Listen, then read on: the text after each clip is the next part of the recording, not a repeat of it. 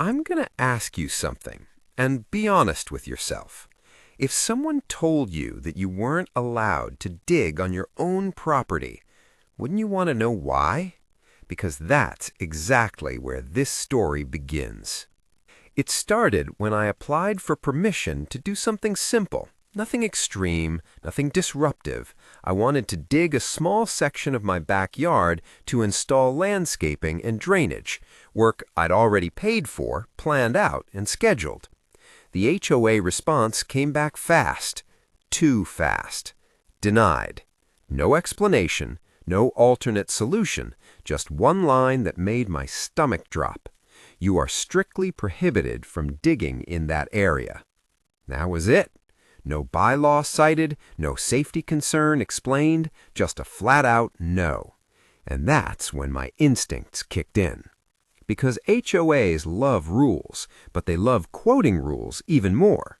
This time, they didn't quote anything. So I asked, politely. I requested the exact rule that prevented me from digging on my own land. They ignored me. I asked again, this time in writing. Their response? Do not pursue this matter further. That's when I knew something was wrong. I pulled out my property survey, utility maps, and HOA documentation.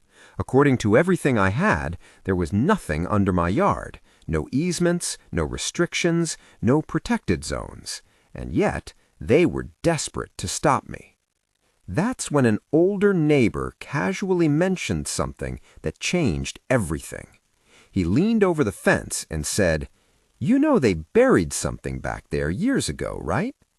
That sentence hit harder than any fine ever could. I dug into public records, permits, meeting minutes, archived HOA notes.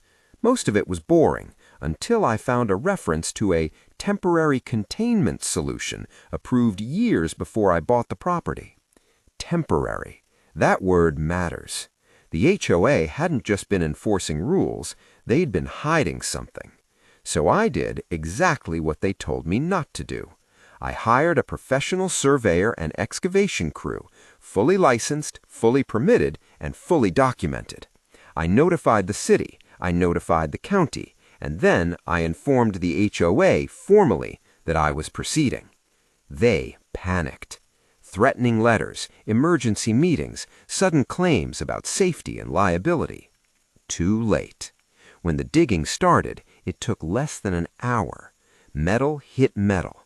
Buried beneath my backyard was a sealed utility box, unmarked, undocumented, and deteriorating. Inside were outdated materials and infrastructure that should have been removed years ago. Stuff the HOA was legally required to disclose, stuff they didn't want discovered. The city shut the site down immediately.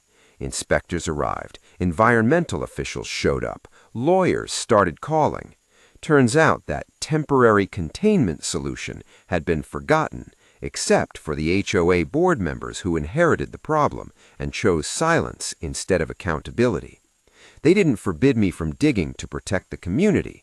They forbade to protect themselves. The fallout was brutal.